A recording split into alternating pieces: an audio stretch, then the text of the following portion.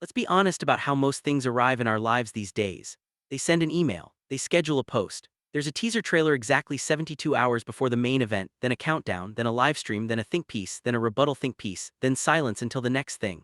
We have become so accustomed to announcements that we have almost forgotten that the most meaningful moments in life have never once obeyed a media calendar.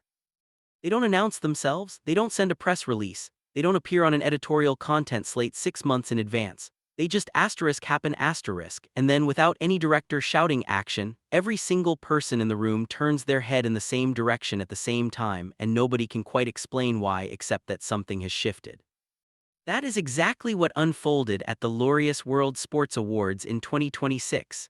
And if you think you already understand this story because you saw a headline or double-tapped a photograph while waiting for a ride, I promise you that you have only touched the surface. You have seen the ripples without feeling the stone drop.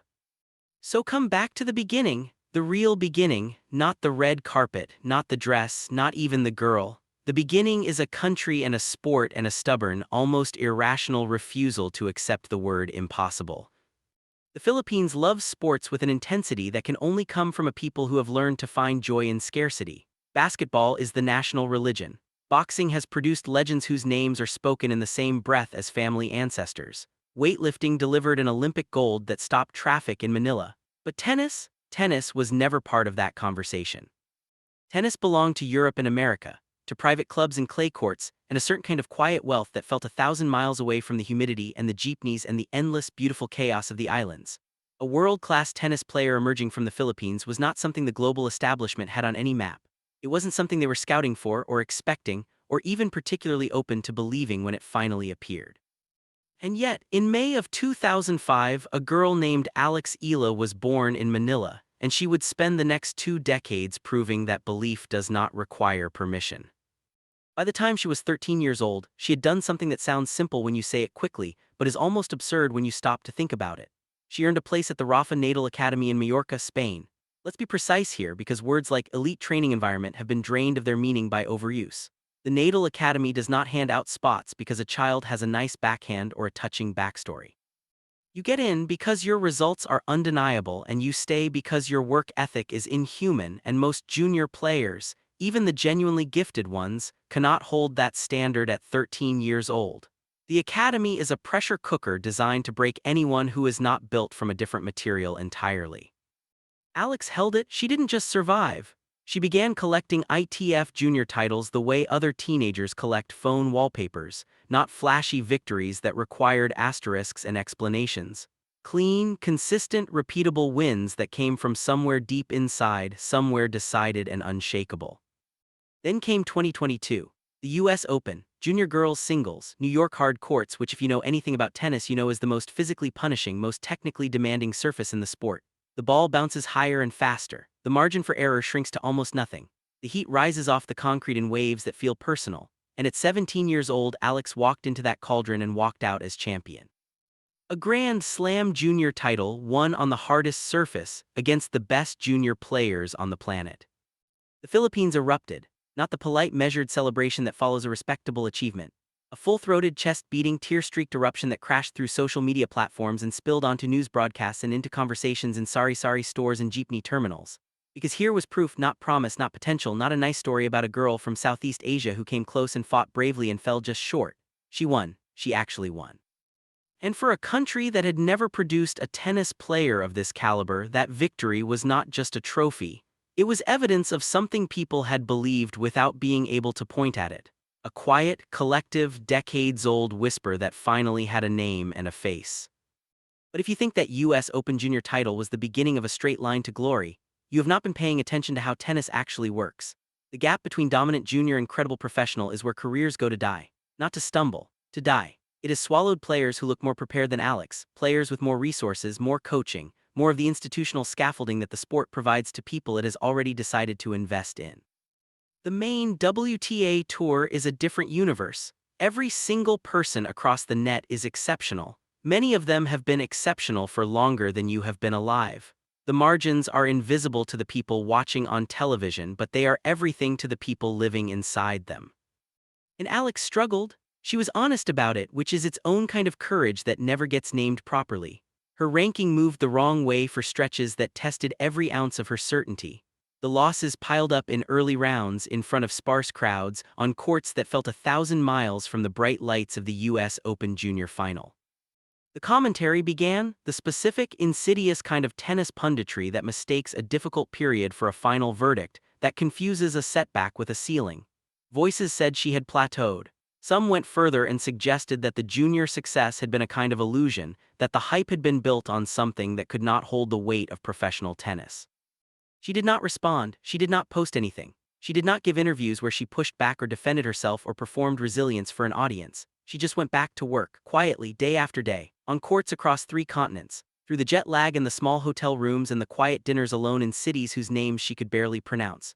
And slowly, then suddenly, the results began moving in the other direction.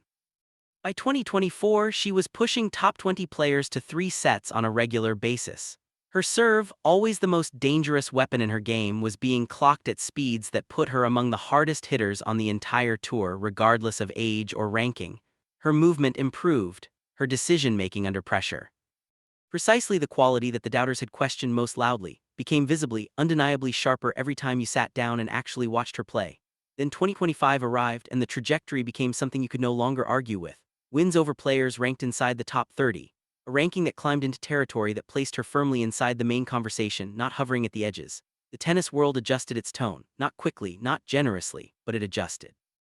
And through every single moment of that grind, through the losses and the quiet stretches and the commentary that was sometimes genuinely unkind, the Filipino fan base never moved. That is not a small thing. That is actually a crucial piece of this story, and I do not think the wider sports world has properly reckoned with how significant it is. Filipino fans travel. They fill stands at tournaments in cities that have never had a Filipino athlete to cheer for before.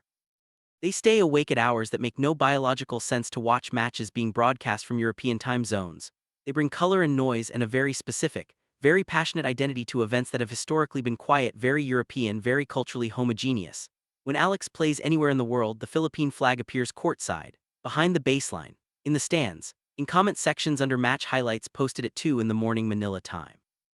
That relationship between a young athlete and a fan base that believed before the results made believing rational became the invisible foundation underneath everything that would happen next. Now let us walk into the room. The Laureus World Sports Awards 2026. Since the year 2000, this event has been the closest thing sport has to the Oscars. The 2026 edition brought together champions from Formula One and football, athletics and swimming and gymnastics. One of the most decorated rooms you could possibly assemble from the world of sport in a single evening. People who have spent their entire lives becoming the best in the world at what they do. The air in a room like that has a particular quality, dense, pressurized, thick with collective achievement. Everyone there has earned their seat. No one is impressed easily because everyone has seen greatness up close, lived with it, bled for it. Alex was there as a rising figure in tennis, not a headliner, not a nominee for the night's major awards, just part of the broader world of competitive sport that the event draws into its orbit each year. She could have worn anything. She could have been styled by any major fashion house. She could have arrived in the safe, predictable uniform of a global sponsorship deal, a borrowed dress, a loaned watch, a polished but empty statement.